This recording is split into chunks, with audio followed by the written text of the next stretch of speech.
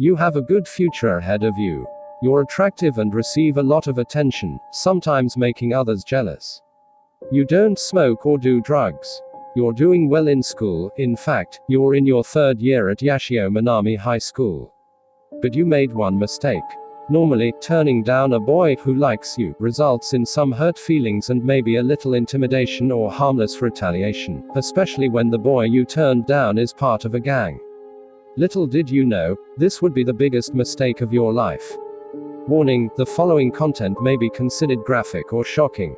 View at your own risk.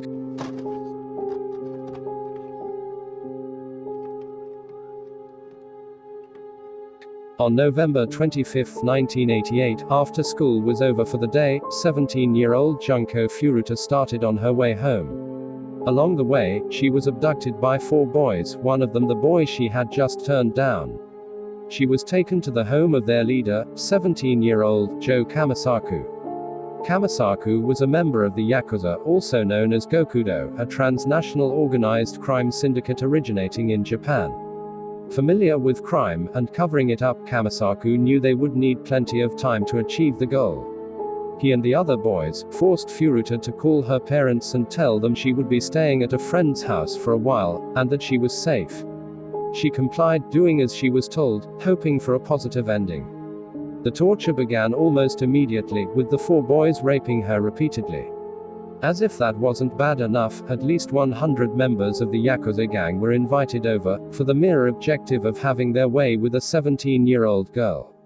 The boys took turns raping her, urinating on her and inserting foreign objects inside of her. This ranged from beer bottles to iron rods, and chicken on skewers. At one point, they even inserted firecrackers into her anal cavity and set off. By December 1, 1988, they were getting bored, but did not want to let Furuta go. They began beating her, and at one point she was hung her from the ceiling and used as a punching bag. Her nose bled so badly, that she could only breathe through her mouth. When they let her down from the ceiling, they dropped dumbbells on her stomach, thus greatly damaging her internal organs. She was forced to eat cockroaches, and when she asked for water or was given anything to drink, often her own urine, she vomited it out almost immediately.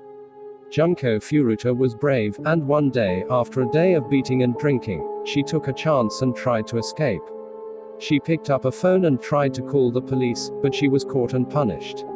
She was burnt with cigarette butts, then covered in lighter fluid across her arms and legs, then set on fire. She survived. It's hard to imagine what Junko Furuta felt or thought, but she did not give up. Kamisaku's parents were home, and despite her pleas for help, they refused, instead choosing to turn a blind eye to the son's crimes.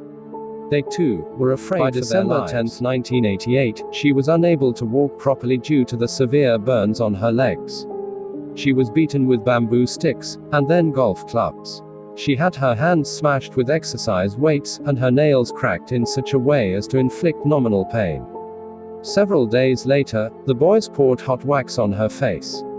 They burnt her eyelids with a cigarette lighter, and she was then stabbed with sewing needles in the chest.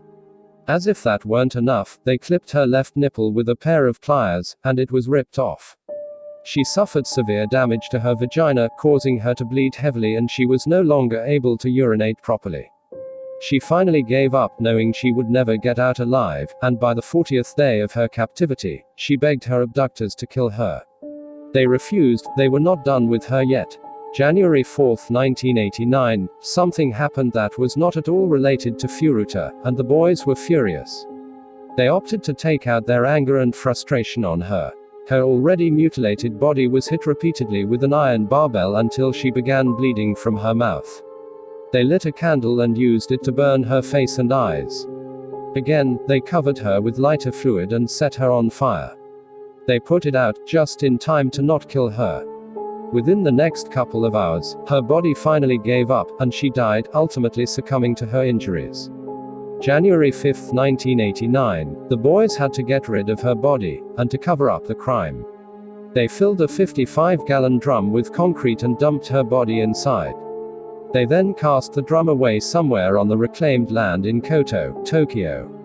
The discovery of Junko Furuta's body in a concrete drum Fortunately, the barrel was recovered, and justice was served. However, as all 4 perpetrators were all underage when the crime was committed, they were tried as juveniles, but eventually faced the sentencing as an adult would, yet the sentences would not reflect the severity of the crime. Joe Kamisaku. In July 1990, Kamisaku was sentenced to 17 years in prison. One boy received a 6-year sentence, one a 4-year sentence and another 10-year sentence. Kamisaku and the first 2 boys appealed their rulings, and the higher court dealt out even more severe sentences. Kamisaku ultimately received a 20-year sentence, the second a 9-year sentence, and the third a 7-year sentence. All 4 boys are free at this time.